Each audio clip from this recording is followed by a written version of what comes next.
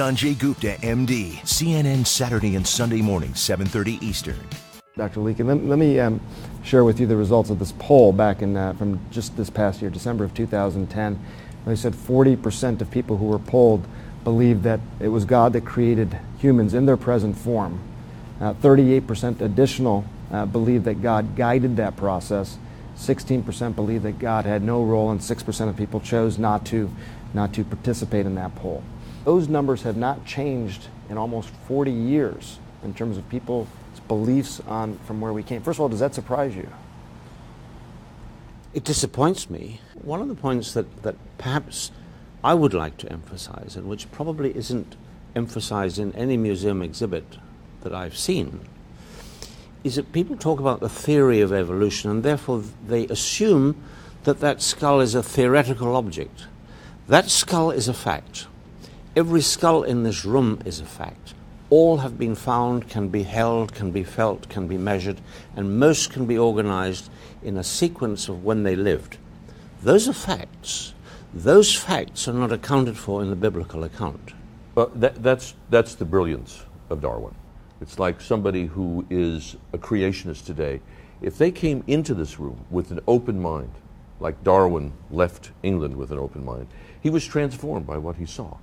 And that's one of the great things about an exhibit like this. People come in and say, gosh, they have a lot of evidence. It isn't just one specimen. They've got thousands. There's a really important record here. Will we continue to evolve? Has evolution ended? It may have in large organisms like us, but not in microorganisms. And we are putting pressure on pathogens and viruses and bacteria all the time. You as a doctor know this.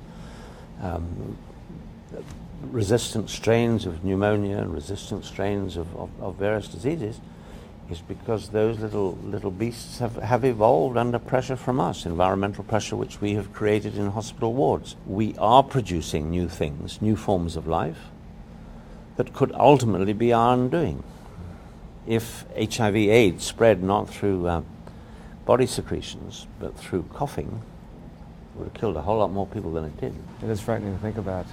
Let me just finish quickly with you, Dr. Leakey. This question comes up that if you find evidence of life somewhere other than Earth, does it change how you view our origins on Earth? I think the discovery of life beyond our planet won't change our understanding of life on this planet, but it will change the creationist viewpoint that we are unique and created on this world ourselves.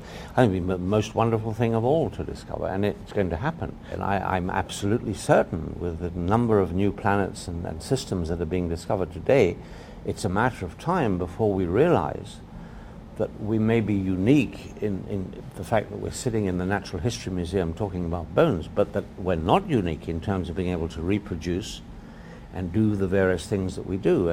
I think it's without question that there's life in other parts of the universe, and we will find that.